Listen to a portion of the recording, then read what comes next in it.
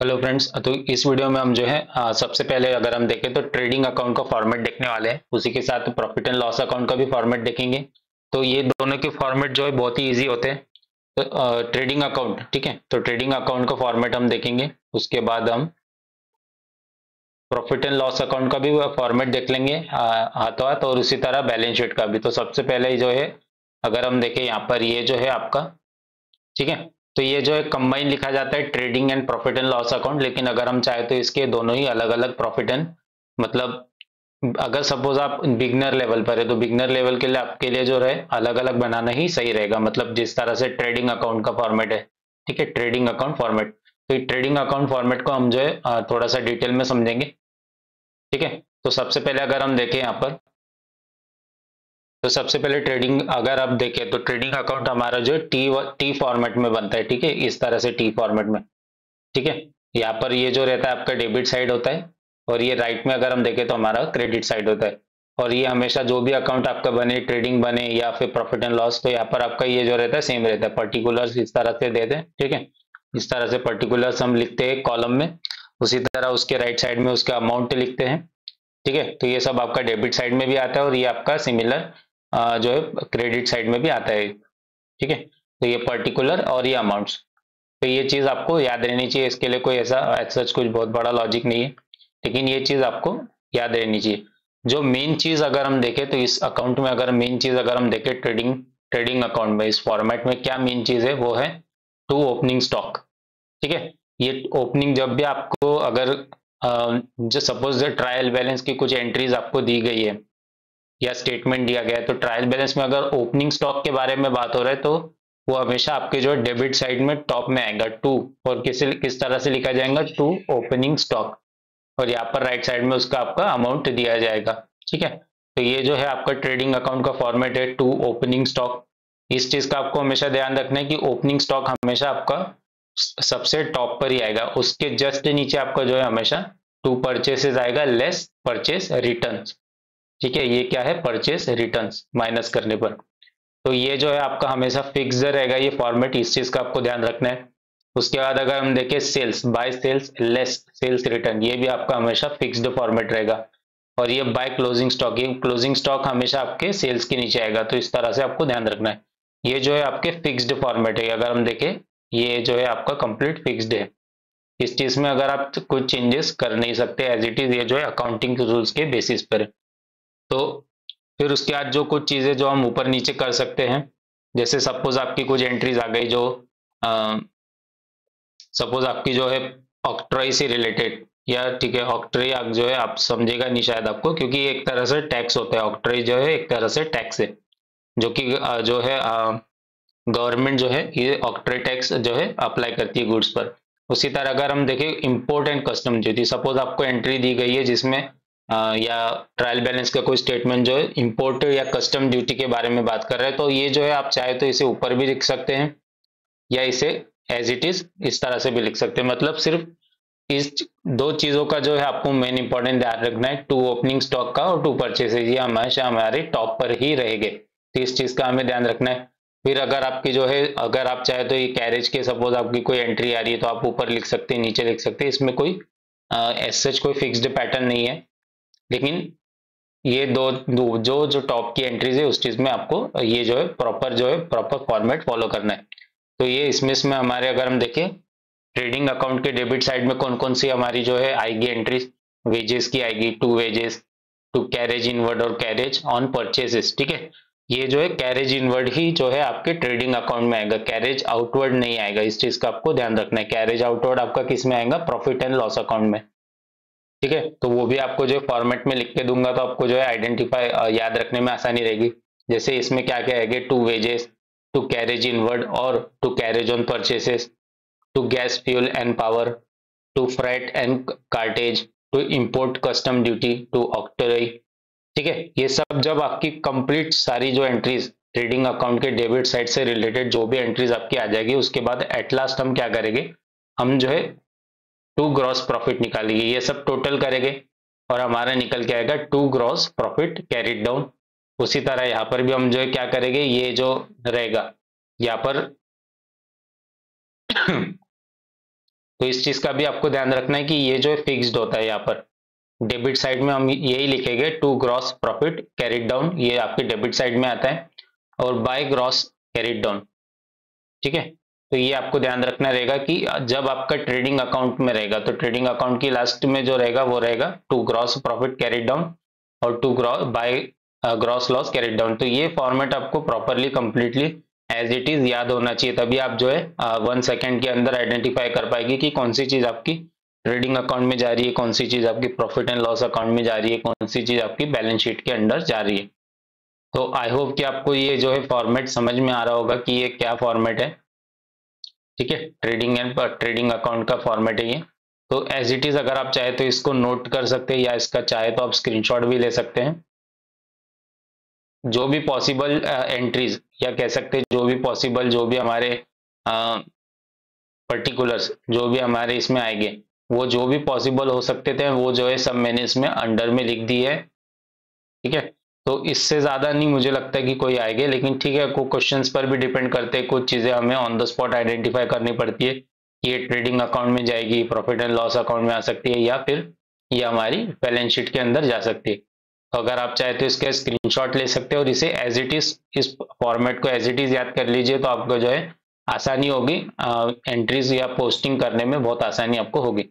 तो ये था आपका ट्रेडिंग अकाउंट का फॉर्मेट। उसी तरह हम जो है balance profit and loss account, ठीक है, प्रॉफिट एंड लॉस अकाउंट का अगर हम देखें तो ये जो है format profit and loss account का, तो जैसे कि मैंने आपको नॉमिनल अकाउंट का बताया था, ठीक है, तो इसे आप किसके थ्रू रिलेट कर सकते हैं, प्रॉफिट एंड लॉस अकाउंट के फॉर्मेट को आप इसे जो है नॉमिनल अकाउंट के फॉर्मेट से रिलेट कर सकते हैं। तो नॉमिनल अकाउंट के अगर हम रूल्स देखें, नॉमिनल अकाउंट, ठीक है, जो स्टार्टिंग में हमने देखा था पिछले वीडियो में, तो उसमें क्या था, डेबिट साइड थी और क्रेडिट। तो हम डेबिट किसको करते थे, नॉमिनल अकाउंट, जो भी चीज नॉमिनल अकाउंट के अंडर आती थी उसे में हम डेबिट किसको करते थे, डेबिट उसी को करते थे एक्सपेंसेस और लॉसेस को। ठीक है, एक्सपेंसेस और लॉसेस, और जो भी हमें इनकम या गेन्स होती थी वो क्या होती थी, नॉमिनल अकाउंट के अंडर में क्रेडिट होती थी, इनकम्स एंड गेन्स। तो उसी तरह आप जो चाहे तो इसे इसे भी रिलेट कर सकते हैं। ये देखिए, इसे मैंने मार्क लगा के लिख के रखा इस तरह से।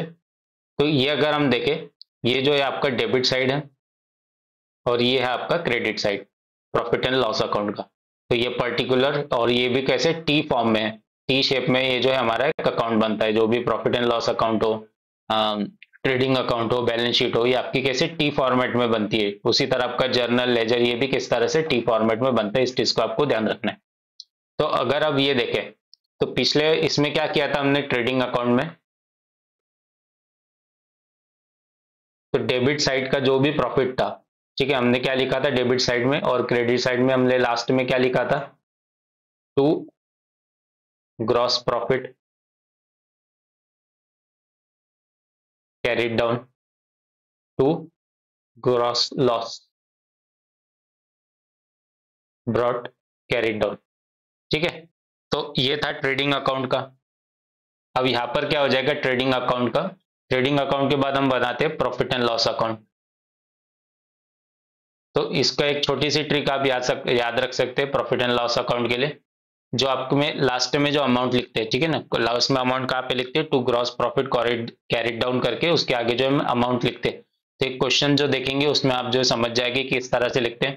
तो ये जो रहता है प्रॉफिट एंड लॉस अकाउंट में क्या हो जाता है, ये जो ग्रॉस लॉस हमारा जो होता है, ये ग्रॉस लॉस कहाँ चला जाता है हमारा, टॉप में डेबिट साइड में चला जाता है प्रॉफिट एंड लॉस अकाउंट के। और ये जो ग्रॉस प्रॉफिट हमारा जो होता है, टू ग्रॉस प्रॉफिट जो हम लिखते हैं, ये हमारा कहाँ चले जाता है, ये जो है क्रेडिट साइड में चले जाता है प्रॉफिट एंड लॉस अकाउंट के। ठीक है, तो इस तरह से आपने इसमें भी देखा होगा ये फॉर्मेट में, थोड़ा सा मैं जूम कर देता हूं। ठीक है, ये देखा ही आपने, to gross loss brought down. ठीक है, और ये कहाँ से आया है, ट्रांसफर्ड फ्रॉम ट्रेडिंग अकाउंट। तो ये अगर आप इस तरह से लिख लेंगे आपके फॉर्मेट में, तो आपको याद रहेगा कि हमने जो ये अमाउंट था, ये अमाउंट हमने कहाँ से लाया है। उसी तरह by gross profit brought down, ठीक है, ये कैरिड डाउन और ब्रॉट डाउन, आई होप कि आपको पता होगा। इसके लिए भी एक ब्रॉट डाउन और कैरिड डाउन क्या होता है, इसके लिए भी वीडियो बन सकता है, लेकिन हमें इतना डिटेल में नहीं जाना है क्योंकि इतना टाइम हमारे पास है भी नहीं। तो डायरेक्टली हम इसका फॉर्मेट देखेंगे, थोड़ा सा और जूम कर लेता हूँ। तो ये हमेशा आपके टॉप पे रहेगा, to gross loss brought down, ये हमेशा आपके टॉप पे रहेगा, इस चीज को आपको ध्यान रखना है जी। उसी तरह by gross profit brought down, ये भी हमेशा आपके टॉप पर रहेगा। उसके बाद ये जो है आपके जो पर्टिकुलर्स में ये आ सकते हैं कुछ चीजें, जैसे कैरेज आउटवर्ड। जैसे कि मैंने पहले कहा था, कैरेज इनवर्ड आपके किस में आता है, ट्रेडिंग अकाउंट के डेबिट साइड में। जब आप फॉर्मेट याद कर लेंगे तो आप जो है इसे जल्दी से जल्दी रिलेट कर पाएंगे। तो ये जो है आपका कुछ कैरेज आउटवर्ड, ठीक है। तो कैरेज आउटवर्ड क्या होता है, कैरेज इनवर्ड क्या होता है, तो ये भी जो है आपको पता होनी चाहिए, प्रॉपर टर्म्स पता होनी चाहिए, तभी आप जो है आइडेंटिफाई कर पाएंगे।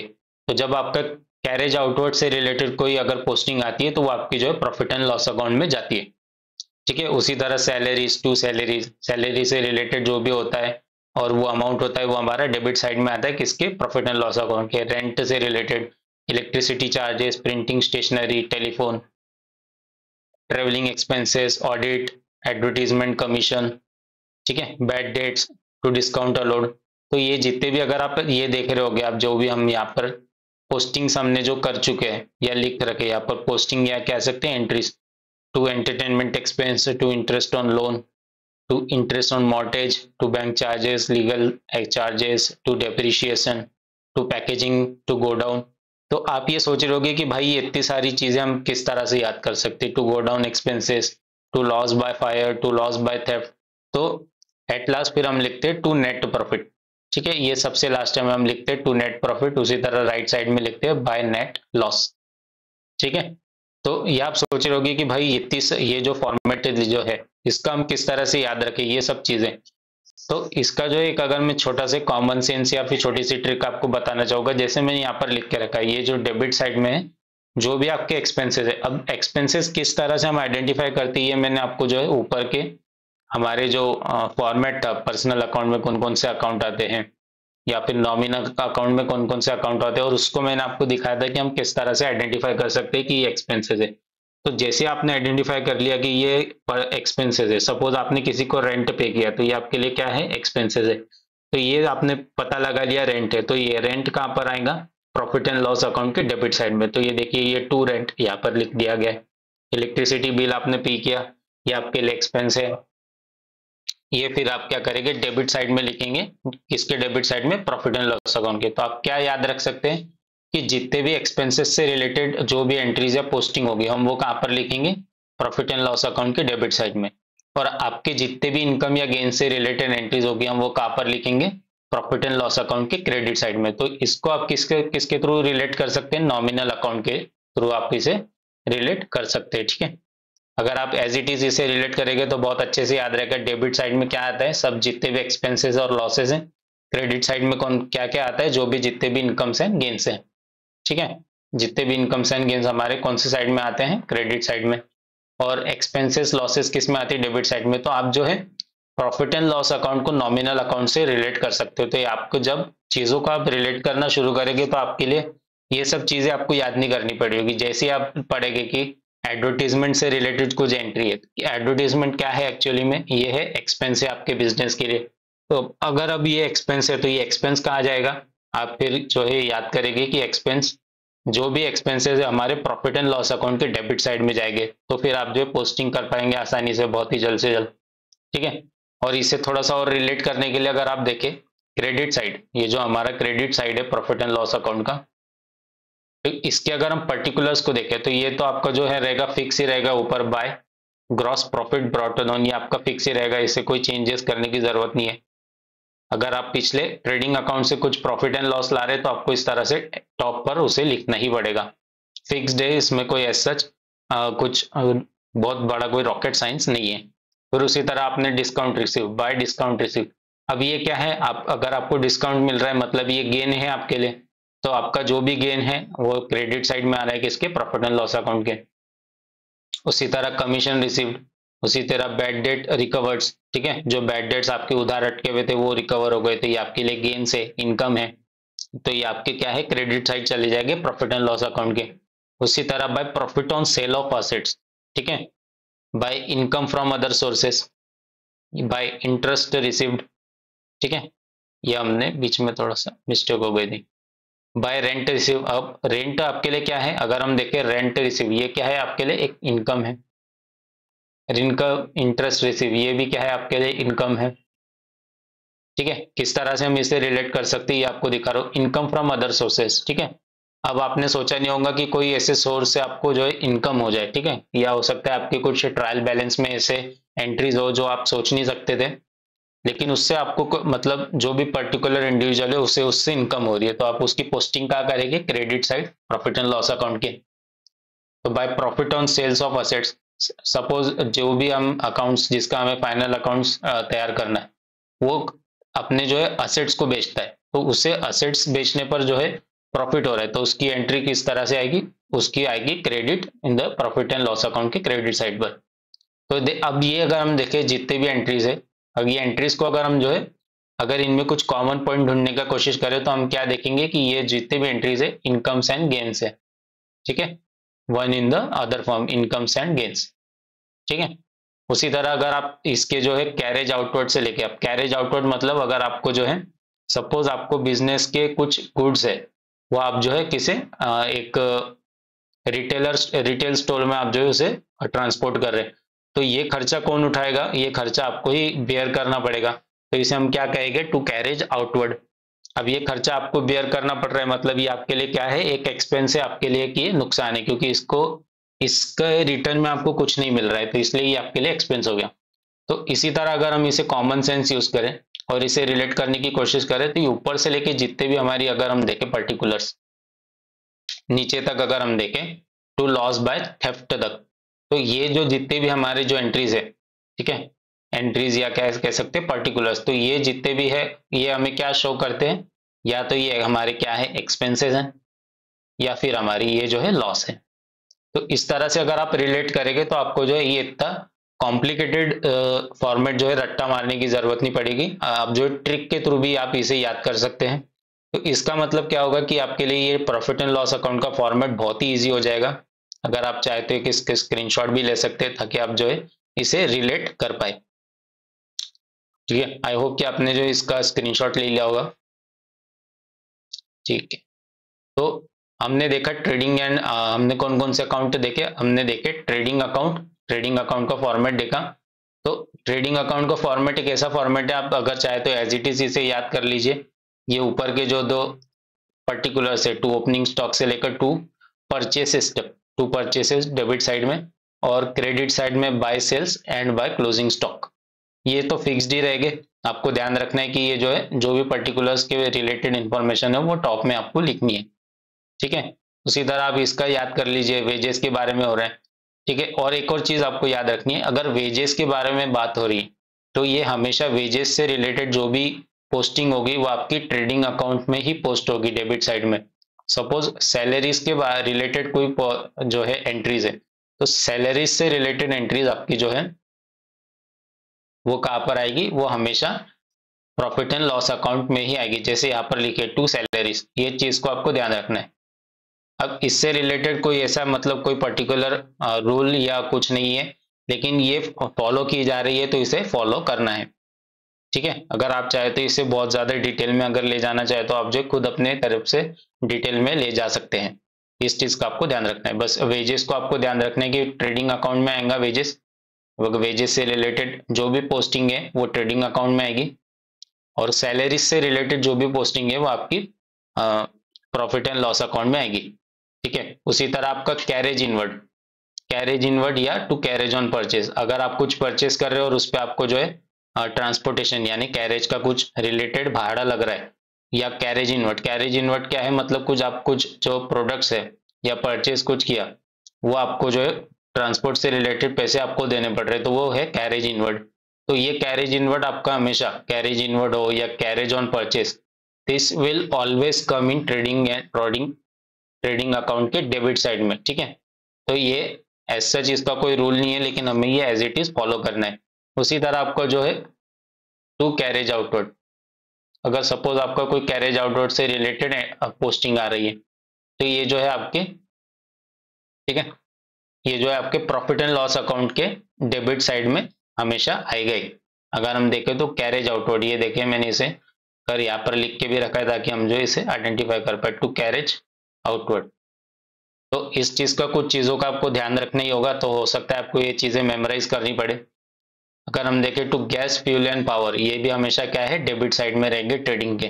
टू फ्रेट एंड कार्टेज, ठीक है, उसी जैसे ये टू इंपोर्ट कस्टम ड्यूटी। तो ये फॉर्मेट जो है आप अगर आप चाहे तो इसे एज इट इज मेमोराइज कर लीजिए। तो ये चीज आपको मेमोराइज कर लेंगे तो बहुत आसान रहेगा, क्योंकि अगर इसमें कुछ हम नहीं ज्यादा कुछ कॉमन सेंस या कोई ट्रिक्स नहीं लगा सकते, एज इट इज आपको ट्रेडिंग का फॉर्मेट आपको याद कर लेना है। उसी तरह अगर आप चाहे तो जैसे कि मैंने कुछ आपको प्रॉफिट एंड लॉस अकाउंट को रिलेट करवाया नॉमिनल अकाउंट से, तो आप इसमें कुछ ट्रिक्स यूज कर सकते हैं कि जितने भी लॉस और एक्सपेंसेस हम जो है प्रॉफिट एंड लॉस अकाउंट के लेफ्ट साइड में लिखेंगे और जितना भी हमारा इनकम्स एंड गेन्स है राइट साइड में लिखेंगे, ठीक है। तो आपको क्या याद करना रहेगा, तो ये जो है ट्रेडिंग अकाउंट का फॉर्मेट है, इसे आपको एज इट इज याद करना पड़ेगा, ठीक है। ये ओपनिंग स्टॉक से लेकर ये टू ग्रॉस प्रॉफिट तक एज इट इज इसका याद कर लीजिए, मेमोराइज कर लीजिए। अब हम एट लास्ट बैलेंस शीट का फॉर्मेट देखेंगे। तो ये है हमारा बैलेंस शीट का फॉर्मेट। ऊपर हम क्या लिखते हैं, बैलेंस शीट एज ऑन, ठीक है, जो भी डेट हमें दी गई है उसके। तो इसका भी फॉर्मेट में जो रहता है, जिस तरह से ट्रेडिंग अकाउंट का आपको फॉर्मेट एज इट इज याद कर लेना चाहिए, उसी तरह आपको जो है ये जो है बैलेंस शीट का भी फॉर्मेट आपको एज इट इज याद कर लेना चाहिए। तो बैलेंस शीट का क्या फॉर्मेट है, इतना भी अगर आप फॉर्मेट याद कर लेंगे तो आपका मैक्सिमम कोई भी क्वेश्चन हो, थोड़े से एडजस्टमेंट्स को अगर हम छोड़ दें तो आप जो है कंप्लीट 70 to 80% तो क्वेश्चन को सॉल्व कर लेंगे, मतलब फाइनल अकाउंट्स कंप्लीट कर लेंगे। एंड स्टेप्स से रिलेटेड आप जितना भी सॉल्व करेंगे उससे रिलेटेड आपको मार्क्स मिल जाएंगे। तो अगर हम देखें तो बैलेंस शीट पहले हम क्या देख रहे थे कि पहले उसमें जो था हमारा ट्रेडिंग अकाउंट प्रॉफिट में पर्टिकुलर और अमाउंट आ रहा था, ठीक है। उसी तरह इसमें भी पर्टिकुलर एंड अकाउंट्स आ रहा था, लेकिन अब यहाँ पर पर्टिकुलर एंड अमाउंट नहीं आएगा। ये जो है थोड़ा सा कुछ चेंजेस है बैलेंस शीट में। बैलेंस शीट में लेफ्ट साइड यानी कि डेबिट साइड में जो है लाइबिलिटीज को लिखा जाता है, बैलेंस शीट के लेफ्ट साइड में लाइबिलिटीज को लिखा जाता है और असेट्स को क्रेडिट साइड में लिखा जाता है।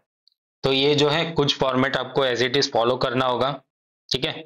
जैसे कि अगर हम देखें कैपिटल, अगर आप कैपिटल से रिलेटेड कुछ अगर आपकी पोस्टिंग आ जाए तो कैपिटल हमेशा आपको ऊपर ही लिखना है, कैपिटल, और फिर उसमें हम क्या ऐड करेंगे, नेट प्रॉफिट। अगर सपोज आपको कुछ प्रॉफिट मिल रहा है तो वो भी हम कैपिटल में ऐड करेंगे। फिर कुछ लेस, सपोज जो भी हो बिजनेस ओनर है कुछ वो ड्राइंग कर रहा है, तो वो ड्राइंग मतलब कुछ ना कुछ बिजनेस से पैसे निकाल रहा है पर्सनल यूज के लिए, तो हम वो किससे माइनस करेंगे, कैपिटल बैलेंस शीट से, ठीक है। क्योंकि हमने ड्राइंग से रिलेटेड अगर हम देखें तो ट्रेडिंग अकाउंट का अगर आप पूरा फॉर्मेट पढ़ेंगे ट्रेडिंग अकाउंट और प्रॉफिट एंड लॉस अकाउंट, तो उसमें हमने ड्राइंग से रिलेटेड कोई ये हमने पर्टिकुलर हमने कोई देखा नहीं, ठीक है। तो इस चीज का आपको ध्यान रखना है। तो जैसे मैंने कहा कि ट्रेडिंग अकाउंट का फॉर्मेट एज इट इज याद कर लीजिए, उसी तरह बैलेंस शीट का ये जो फॉर्मेट है, ठीक है, ये फॉर्मेट आपको 90% से लेकर 100% तक हमेशा हेल्प करेगा ही।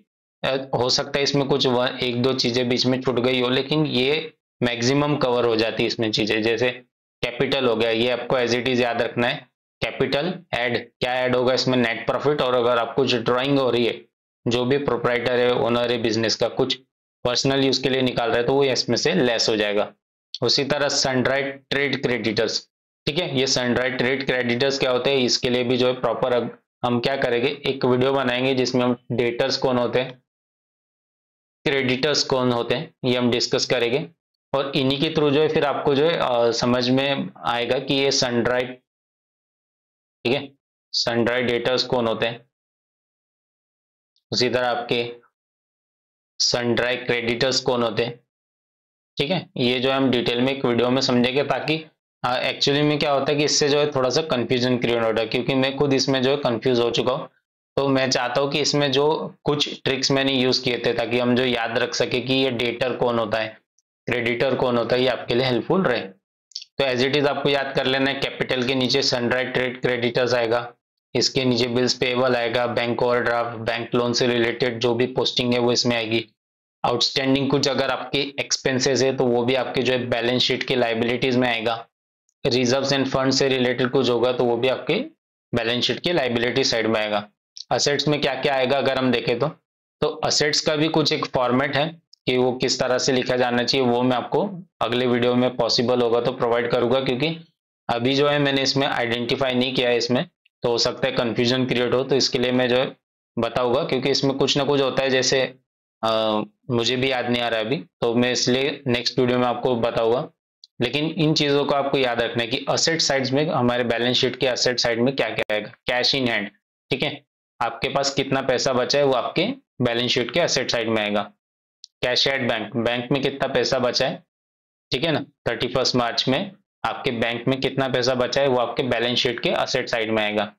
आपके पास कैश इन हैंड कितना बचा था वो आपके असेट साइड में आएगा। उसी तरह डेटर से रिलेटेड कुछ अगर आपकी पोस्टिंग आ रही है वो भी आपकी असेट साइड में आएगी बैलेंस शीट के। बिल्स रिसीवेबल, ठीक है, कुछ ना कुछ रिसीव हो रहा है हमारे पास, बिल्स रिसीवेबल मतलब हमें, ठीक है, बिल्स पेएबल और बिल्स रिसीवेबल में क्या डिफरेंस है। बिल्स पेएबल मतलब सपोज आपने कुछ चीजें खरीदी होगी, गुड्स जो है आपने क्रेडिट पे खरीदे होगे, तो लेकिन उन चीजों को जो भी आपने खरीदे उसके पैसे अभी आपको पे करने हैं, तो ये क्या है आपके लिए बिल्स पेएबल है। या मतलब क्या कह सकते हैं, अगर आपको चाहे तो इसे कह सकते हैं आपके ऊपर एक लाइबिलिटीज है, मतलब ये आपको हो सकता है नेक्स्ट कमिंग ईयर्स में आपको पे करने पड़े, जो आपका नेक्स्ट फाइनेंशियल ईयर होगा उसमें, इसलिए हम जो बैलेंस शीट के लाइबिलिटीज में बिल्स पेएबल को डालेंगे। सपोज आपको कुछ बिल्स रिसीवेबल्स क्या होते हैं, ठीक है, अगर हम देखें तो एक छोटी सी डेफिनेशन भी है बिल्स पेएबल की। Bills payable is a term used in accounting to describe the amount of money a business owes its supplier or creditor for goods or services purchased on credit.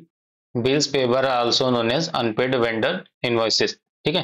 तो जो मैंने थोड़ा सा आपको जो सिंपल लैंग्वेज में बताया कि बिल्स पेबल क्या होते हैं, ठीक है। अभी अगर हम देखें तो क्या होते हैं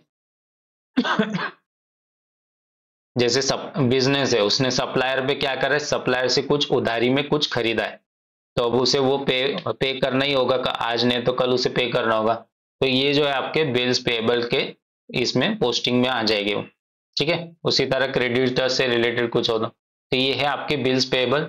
और बिल्स पेएबल का अपोजिट क्या है, बिल्स रिसीवेबल, मतलब आपने किसी को उधार पर दिए, वो उधार आपको मिलने वाले हैं in the coming next year और द, ठीक है, मतलब अभी क्योंकि ये तो बैलेंस शीट है, ये तो जो है एंड ऑफ द ईयर ही बनती है, तो बिल्स रिसीवेबल मतलब जो बिजनेस में जो कितने रिसीव हो सकते हैं पैसे उसके रिलेटेड पोस्टिंग यहाँ पर होती है।